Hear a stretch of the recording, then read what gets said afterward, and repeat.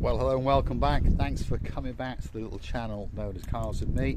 It's a little bit breezy outside, but those are some of what's called green parts in other parts of Europe and the UK.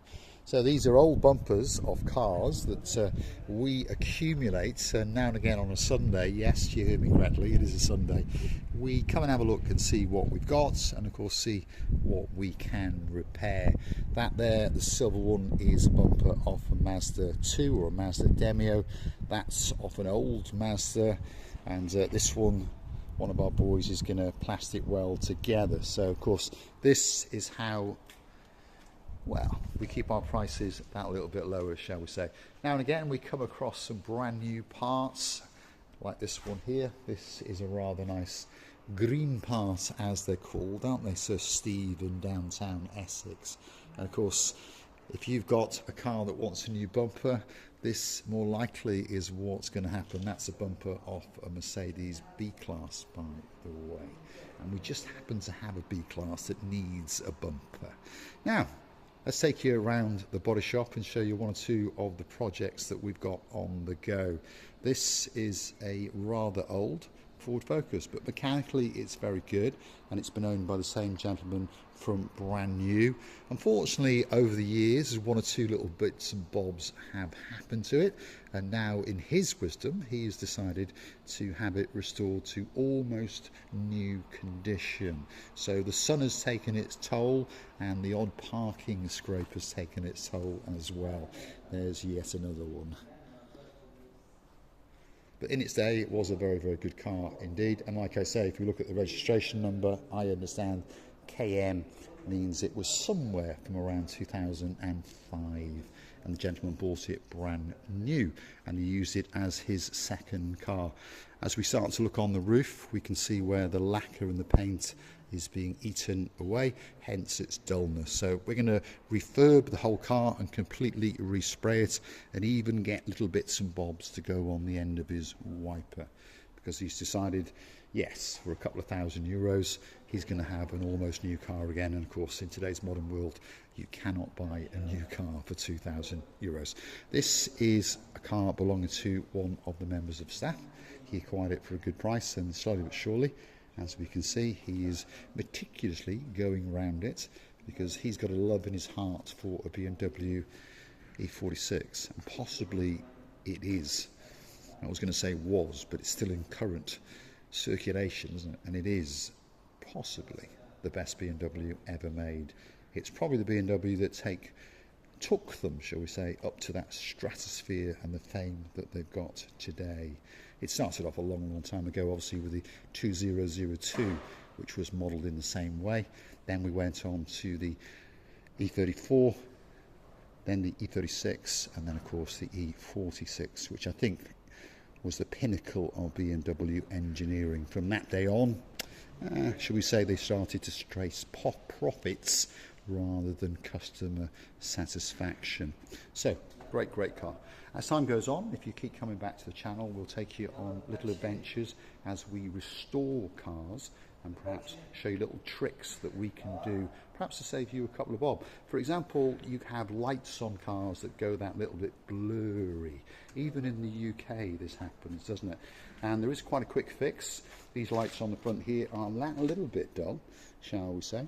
But of course we're going to sand them down, and then we're going to polish them up, and then give them a new coat of lacquer. That's quite rough there, the way the sand sits there, and of course the dust cakes it. And you're going to end up with shiny lights like that, because of course that is an almost new Land Rover Discovery, which came in yesterday.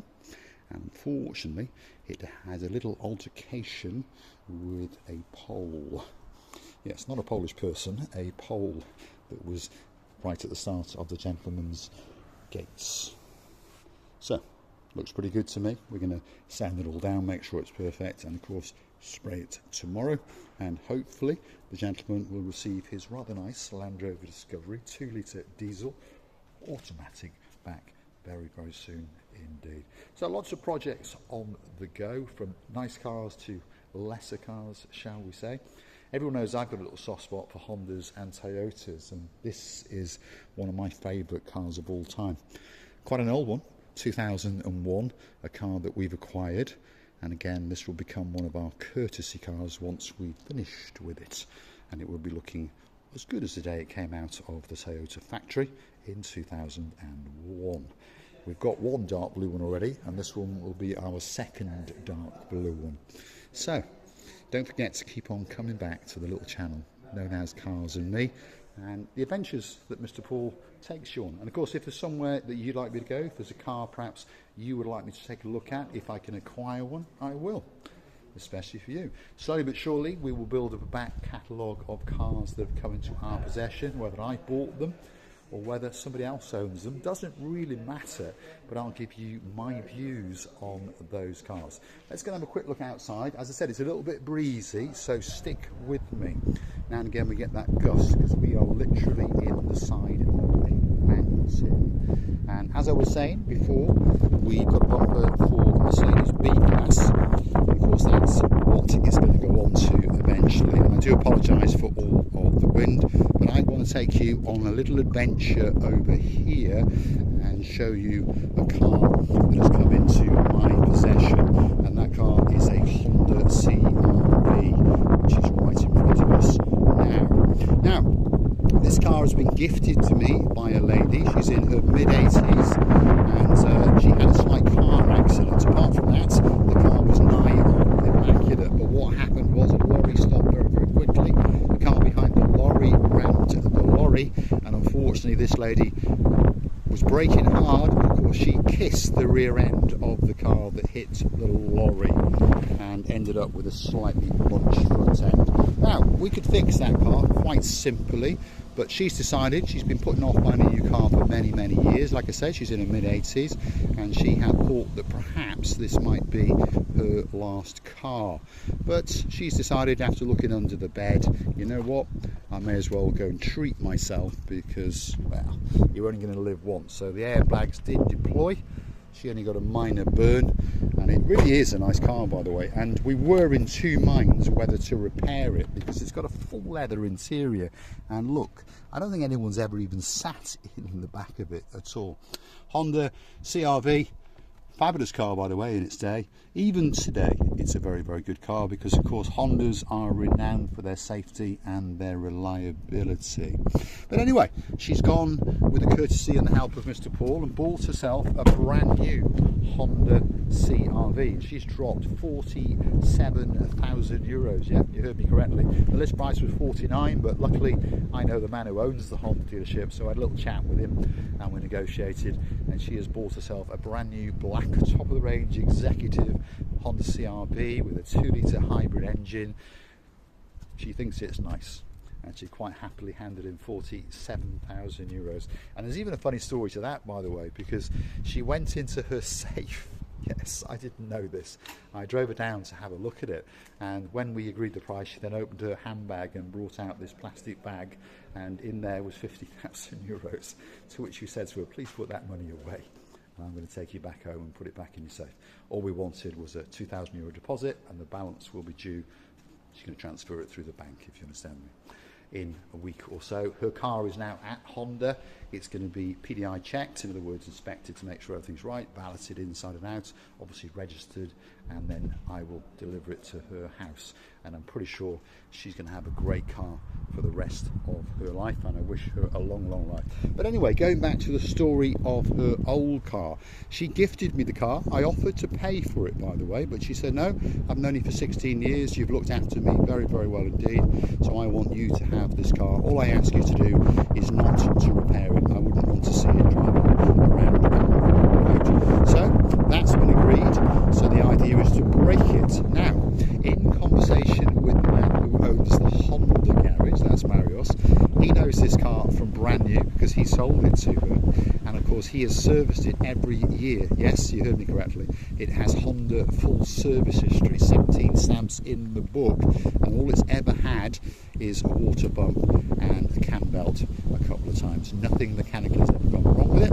So now he wants to buy the engine and the gearbox, and I've agreed to sell him the engine and the gearbox for 1,500 euros. And then slowly but surely, of course, we're going to break up the rest of the car. We at the moment have a gentleman who is very interested in the wheels and the tyres, because if you look at the tyres, they are not a cheap brand, they are Michelin, and they are literally brand new. How do I know that? Because I collected this car less than 3 months ago and took it and had 4 brand new Michelin tyres fitted, especially for the lady. There's them all in the front. So, rumour has it that the man is going to give us another €400 for the 4 wheels and tyres. And obviously, anyone who knows anything about cars, each door is worth a good 100, 150. And as I mentioned, the interior is absolutely immaculate. So, slowly but surely, over a period of time, there's no doubt that that car could earn us €3,000 to €4,000. I've explained that to the lady, by the way, and she is fully aware of it. But she says, no, for all the help that you've given me over the years, I consider you like a son. You've got the same name as my son, and to be honest, you do more for me than my son. So, thank you very, very much to that lady. And of course, we'll continue to take you on the travel on that little car as time goes on. You'll see it in the background, losing doors and all those kind of things. Let's walk back into the body shop, because of course the wind is protected in here. You can't hear it fluffing around. And perhaps have a look at 1 or 2 other cars that we've got on the go. There's a little van that's come in. Everyone likes these vans, don't they? Very, very popular van indeed. And of course, it's had a little bit of a clip on the rear, and there's 1 or 2 other little some damage here, there, and everywhere. It's come in from the UK, so it's a very good place to buy a car if it's been written off, isn't it? Because they're quite cheap. But of course, in Cyprus, the requirements, shall we say, are not quite so stringent. So this car is a category B, I believe it is, in the UK, although they keep changing it all the time, don't they? Drop in the comments, am I correct or am I not? Non-structural, but the front bumper is hanging off, and it's got a bit of a smack on the back, which I will show you right now. So I understand that 1 or 2 of you are in the body shop trade, so tell us, what is your opinion of that? We all know that we can repair it, or perhaps we just put a rear door on it, but this is what in the UK it's been written off for. Big crease in the rear door and a big crease on that side as well, and of course the bumper is knackered, but the light is perfect and the light is perfect on that side as well. So the odds are we will repair those rear doors, because again, quite costly, and acquire a new rear bumper, and then somebody is going to get a very, very nice little van. Very practical, very useful, and of course very cheap to run, and very, very economical. And it's in black, so you can look that little bit gangsterish as you drive around, shall we say. So I'd like to say thanks for joining me on one of my little adventures in the body shop. Today is a Sunday. All there is one gentleman in the back talking away, as you can hear him, and his job today is to sort out some of our green plastic bumpers and see what we can salvage and what we can't. So that's a look at his little job today. And as you may have noticed, as you come on your travels with Mr. Paul, all of the members of staff are absolute superstars, and they all take great, great pride in their work, and they're always smiling, always laughing, because they are treated very, very well indeed. Very relaxed atmosphere here, by the way. We get to do whatever we want, whenever we want, as long as the job is done. Sometimes we start at 6 in the morning, and sometimes we're here until 12 at night. Some people who work for themselves, their own car body shop and mechanics, understand what I am talking about. If you like what you see, smash the like, smash that subscribe. Please don't forget to keep on coming back for that little bit more of Mr. Paul's madness and insanity as he takes you on that quest to make a couple of bob in the car trade. Sometimes you're going to see me make money, and sometimes, unfortunately, you're going to laugh and watch as I lose money. That is the car game, unfortunately. If you want to keep us afloat, please don't forget to perhaps smash that super like button. That's how you can gift us a couple of bob in the YouTube comment section, or perhaps go and hunt us down on the Buy Me a Coffee platform, because of course that's how you could gift us that virtual coffee or 2. And of course you could even join us as a Superstar member, starting off with only €10 a month. That's what it costs to get yourself that little bit closer to Mr. Paul. And of course slowly but surely there will be some competitions coming on board, and wherever you are in the world, if you win it, we're going to send you that prize. Look at that for an untidy rear of a workshop. But out there, as many people know, it's a couple of bob. Thanks for watching. I'll see you again very, very soon indeed.